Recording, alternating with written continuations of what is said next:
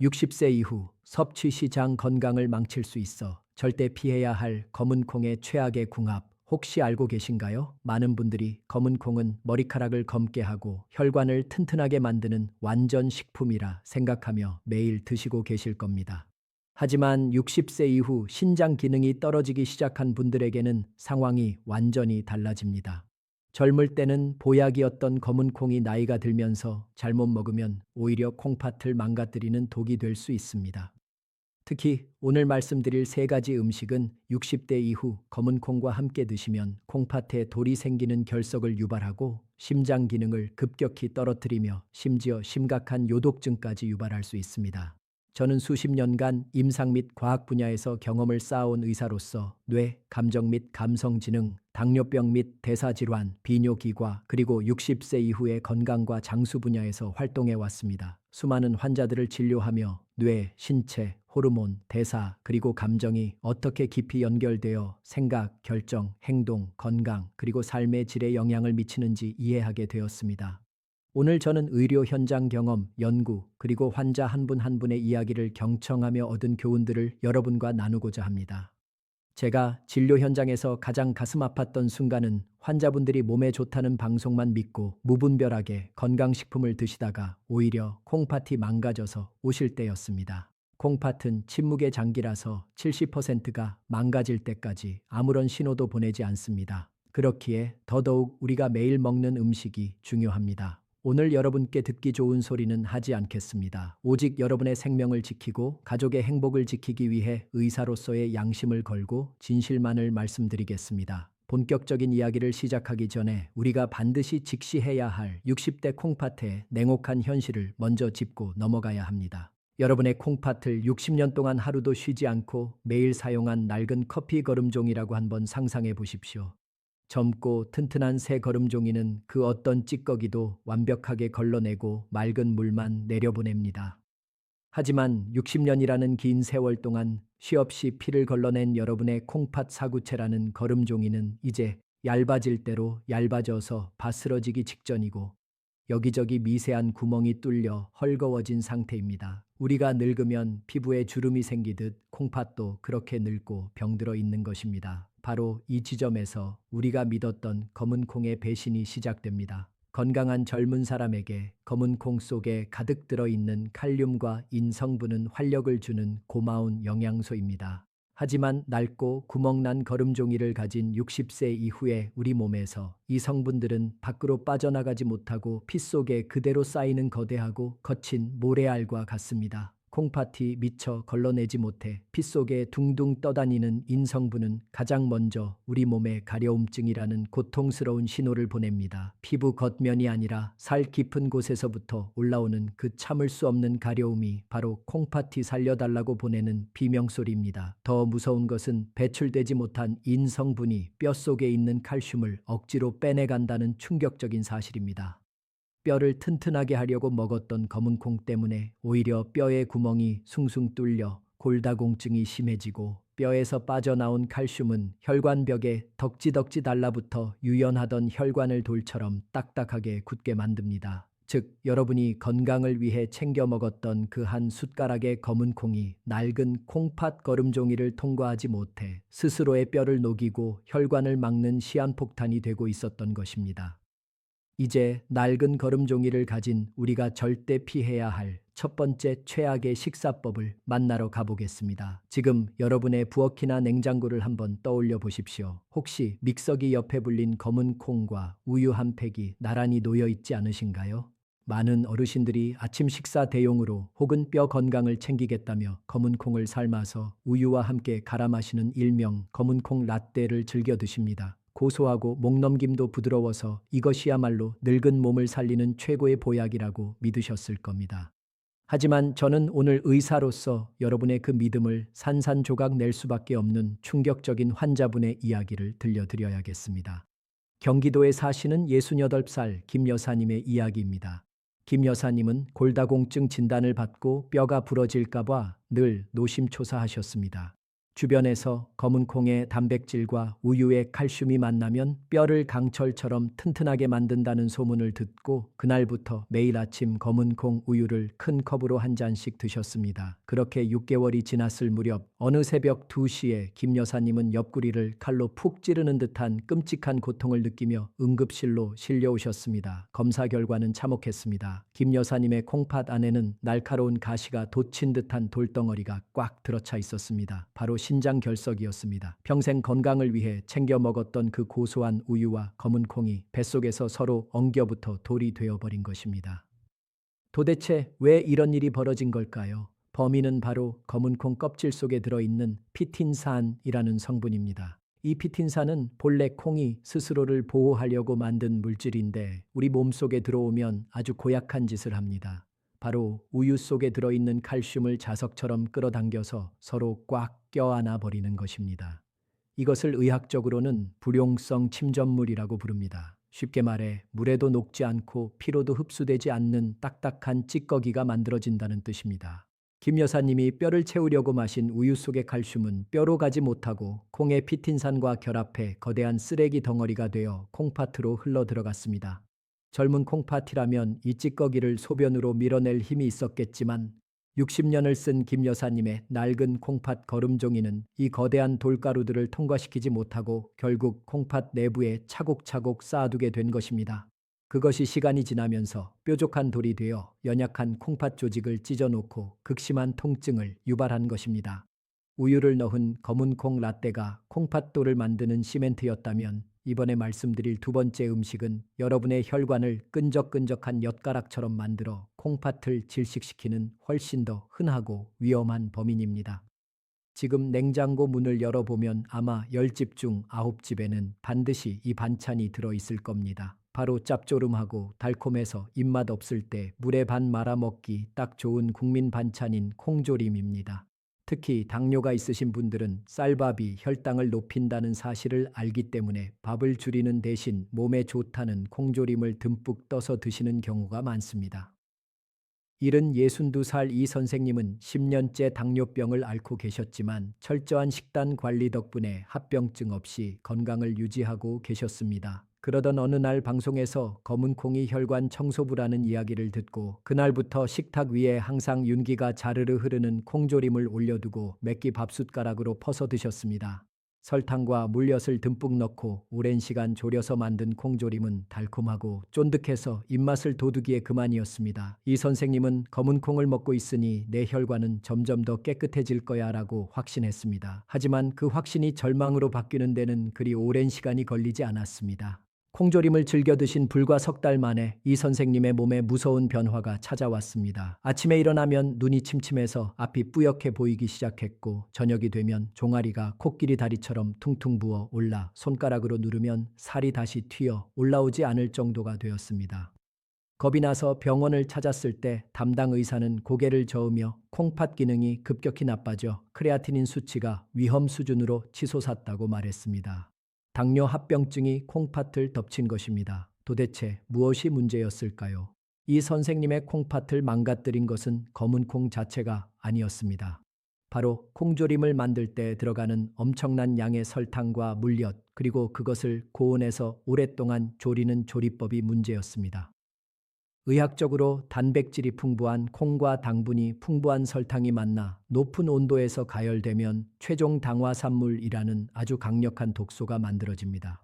쉽게 설명하면 혈관을 녹슬게 하고 찌들게 만드는 독성 찌꺼기라고 생각하시면 됩니다. 우리가 콩조림을 만들 때 콩이 반짝반짝 빛나고 끈적끈적해질 때까지 졸이지 않습니까? 그 반짝이는 윤기가 사실은 콩의 영양분이 아니라 콩의 단백질이 설탕과 엉겨붙어 타버린 독소 코팅막인 것입니다. 이 끈적한 독소가 몸속에 들어오면 혈액을 끈적끈적한 시럽처럼 만들어서 혈관을 타고 돌아다니다가 우리 몸에서 가장 미세하고 약한 혈관 뭉치인 콩팥 사구체에 달라붙게 됩니다. 가뜩이나 당뇨 때문에 약해져 있는 이 선생님의 콩팥 혈관에 이 끈적한 독소들이 들러붙어 숨구멍을 막아버리니 콩팥은 숨을 쉬지 못하고 결국 질식해서 죽어가기 시작한 것입니다. 콩은 죄가 없습니다. 하지만 콩을 설탕 범벅으로 만들어 튀기듯이 졸여 먹는 그 조리법은 60대 이상의 콩팥에는 명백한 유죄입니다. 앞서 말씀드린 콩조림이 달콤한 유혹으로 콩팥을 병들게 했다면 지금부터 말씀드릴 세 번째 범인은 건강을 챙기려는 여러분의 부지런함이 오히려 독이 되어 돌아온 경우입니다.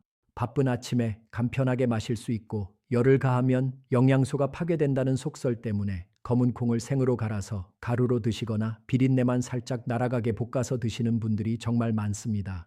특히 생콩가루가 효소가 살아있어 몸에 더 좋다는 소문을 믿고 밥숟가락으로 듬뿍 퍼서 물에 타 드시는 분들을 볼 때마다 저는 의사로서 등골이 서늘해집니다. 65살 박 대표님은 작은 사업체를 운영하며 눈코 뜰 새 없이 바쁜 나날을 보내고 계셨습니다.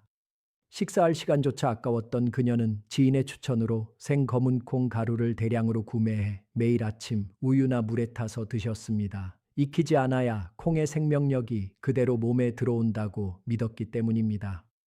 처음에는 배가 살살 아프고 설사가 잦았지만 박 대표님은 이것을 몸속에 나쁜 독소가 빠져나가는 명현 현상이라고 착각하고 오히려 섭취량을 더 늘렸습니다. 하지만 2달이 차에 지나지 않아 박 대표님의 얼굴은 알아볼 수 없을 정도로 퉁퉁 부어 올랐고 소변은 거품으로 뒤덮여 병이 물을 내려도 사라지지 않을 정도가 되었습니다. 병원에 실려오셨을 때 박 대표님의 콩팥은 이미 심각한 염증 반응으로 붉게 부어오른 상태였습니다. 진단명은 급성 사구체 신염이었습니다. 도대체 몸에 좋다는 콩이 왜 콩팥을 공격했을까요? 범인은 바로 콩이 덜 익었을 때 남아있는 렉틴이라는 독성 단백질 때문입니다. 식물인 콩은 곤충이나 동물로부터 자신을 보호하기 위해 껍질과 알맹이에 렉틴이라는 강력한 살충 성분을 품고 있습니다. 건강한 젊은 사람이 렉틴을 먹으면 가벼운 배탈로 끝나지만 면역력이 떨어지고 콩팥 기능이 약해진 60세 이상이 렉틴을 생으로 섭취하게 되면 이야기는 완전히 달라집니다. 이 독성 물질은 위장 점막을 뚫고 혈액 속으로 침투해 피를 젤리처럼 끈적하게 응고시키고 온몸의 혈관에 불을 지르듯 염증을 일으킵니다. 결국 혈액 속에 노폐물을 걸러야 할 박 대표님의 콩팥 사구체는 렉틴이 일으킨 염증 폭풍을 견디지 못하고 기능을 멈춰버린 것입니다. 콩은 반드시 불과 물로 다스려야 하는 식재료입니다. 푹 삶거나 속까지 완전히 익을 정도로 충분히 볶지 않으면 콩은 약이 아니라 독입니다. 설익은 콩은 콩팥을 망가뜨리는 지름길이라는 사실을 절대 잊으시면 안 됩니다. 버리지 마십시오. 이렇게만 하시면 검은 콩은 다시 여러분의 생명수가 됩니다. 검은 콩이 무섭다고 해서 아예 식탁에서 치워버려야 할까요? 절대 아닙니다. 제가 앞서 무시무시한 경고를 드린 이유는 검은 콩을 버리라는 뜻이 아니라 검은 콩을 다루는 여러분의 손길이 바뀌어야 한다는 뜻입니다. 지금부터 제가 알려드리는 2가지 해독 조리법만 지키시면 검은 콩은 더 이상 콩팥을 공격하는 독이 아니라 죽어가는 세포를 살리는 최고의 명약이 됩니다. 첫째, 검은 콩에게 12시간 동안 냉수 목욕을 시켜주십시오. 콩팥이 약한 분들에게 가장 치명적인 칼륨과 인, 그리고 껍질에 붙은 피틴산은 다행히도 물에 잘 녹는 성질을 가지고 있습니다. 요리하기 전날 밤에 찬물에 푹 담가 최소 12시간 이상 불려주십시오. 이때 콩이 물을 빨아들이면서 자신 속에 숨겨둔 독소를 물 밖으로 뱉어냅니다. 여기서 가장 중요한 핵심은 콩을 불린 그 색깔한 물은 절대 드시지 말고 과감하게 하수구에 버리셔야 한다는 점입니다. 그 물은 영양 덩어리가 아니라 콩이 뱉어낸 독소 덩어리이기 때문입니다. 둘째, 냄비 뚜껑을 열고 거품을 걷어내며 삶으십시오. 불린 콩을 삶을 때 뚜껑을 닫으면 렉틴과 사포닌 성분이 냄비 안에 갇혀버립니다. 반드시 뚜껑을 활짝 열고 팔팔 끓이면서 물 위로 떠오르는 하얀 거품을 숟가락으로 부지런히 걷어내십시오. 그 하얀 거품이 바로 여러분의 배를 아프게 하고 콩팥을 붓게 만들었던 불순물입니다. 15분 이상 충분히 끓여서 콩이 손가락으로 눌렀을 때 부드럽게 으깨질 정도가 되어야 비로소 콩팥이 소화할 수 있는 안전한 상태가 됩니다.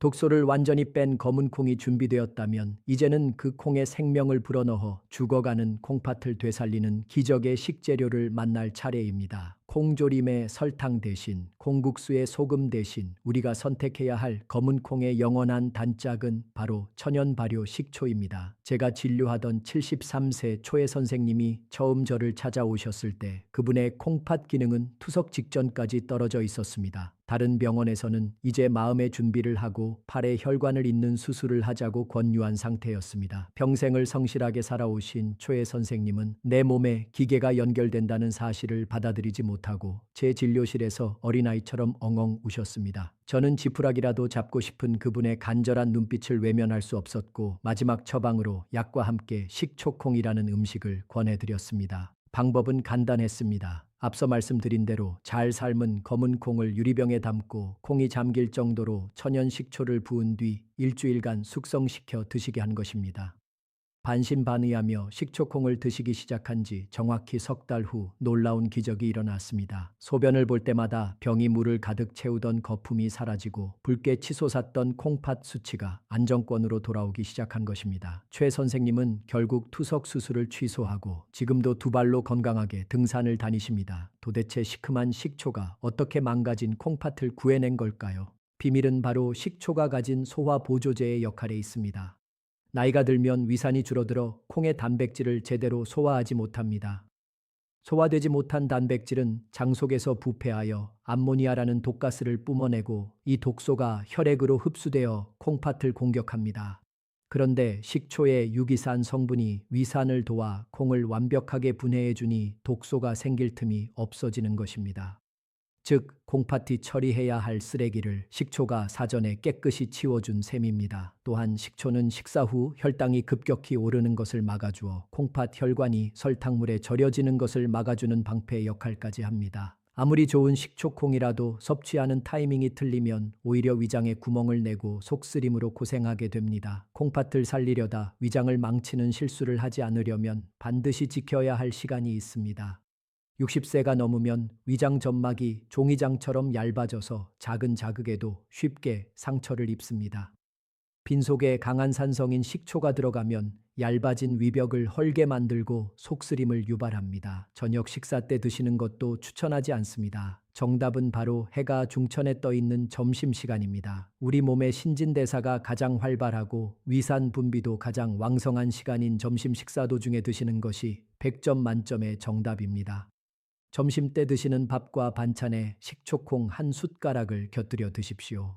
이때 들어온 식초콩은 점심 식사로 들어온 탄수화물이 지방으로 변하는 것을 막아주고 오후 활동 에너지로 쓰이게 도와주며 콩팥에 가해지는 혈당 충격을 최소화해줍니다. 또한 낮 동안 충분히 소화가 되기 때문에 밤에 속이 편안하고 콩팥도 푹 쉴 수 있습니다. 점심 식탁에 식초콩을 올리기로 결심하셨다면 이제 마지막으로 그 식초콩 옆에 반드시 함께 놓아야 할 두 가지 보물 같은 짝꿍 음식을 소개해 드리겠습니다. 첫 번째 짝꿍은 바로 바다의 불로초라 불리는 다시마입니다. 검은 콩 껍질에 들어있는 사포닌이라는 성분은 항암 효과가 뛰어난 고마운 물질이지만 우리 몸속에 들어오면 갑상선 호르몬의 원료가 되는 요오드라는 성분을 몸 밖으로 배출시키는 부작용이 있습니다. 콩이 좋다고 해서 콩만 주구장창 드시다가는 콩팥은 좋아질지 몰라도 요오드 결핍으로 인해 갑상선이 붓거나 기능이 떨어지는 또 다른 병을 얻게 될 수도 있습니다. 이때 요오드의 제왕인 다시마를 함께 드시면 콩이 뺏어가는 요오드를 완벽하게 다시 채워줄 수 있습니다. 콩과 다시마는 서로의 부족함을 채워주는 때려야 뗄 수 없는 바늘과 실 같은 존재입니다. 두 번째로 강력 추천하는 짝꿍은 바로 회춘의 묘약이라 불리는 검은게입니다. 검은 콩에는 단백질과 이소플라본이 풍부하지만 노화를 막아주는 비타민 E와 필수 지방산은 상대적으로 부족합니다. 반면에 검은게는 비타민 E와 레시틴이 그 어떤 식품보다 풍부하게 들어 있습니다.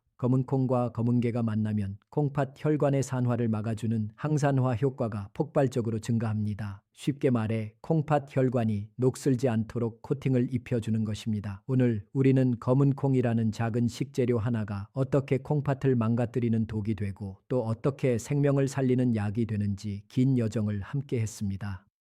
뼈를 생각해서 우유와 함께 갈아 마시던 습관이 돌을 만들고 입맛을 돋우던 달콤한 콩조림이 혈관을 막으며 건강을 위해 챙겨 먹던 설익은 콩가루가 콩팥을 공격한다는 무서운 사실을 이제 여러분은 명확히 아셨습니다. 그리고 반대로 찬물에 푹 담가 독소를 빼내고 식초를 만나 발효되며 다시마와 검은게로 날개를 달아주는 진짜 섭취법이 죽어가는 콩팥을 어떻게 살려내는지도 배우셨습니다. 제가 왜 이렇게 목이 쉬도록 강조하고 또 강조하는지 아십니까? 콩팥은 한번 망가지면 다시는 되돌릴 수 없는 유일한 장기이기 때문입니다.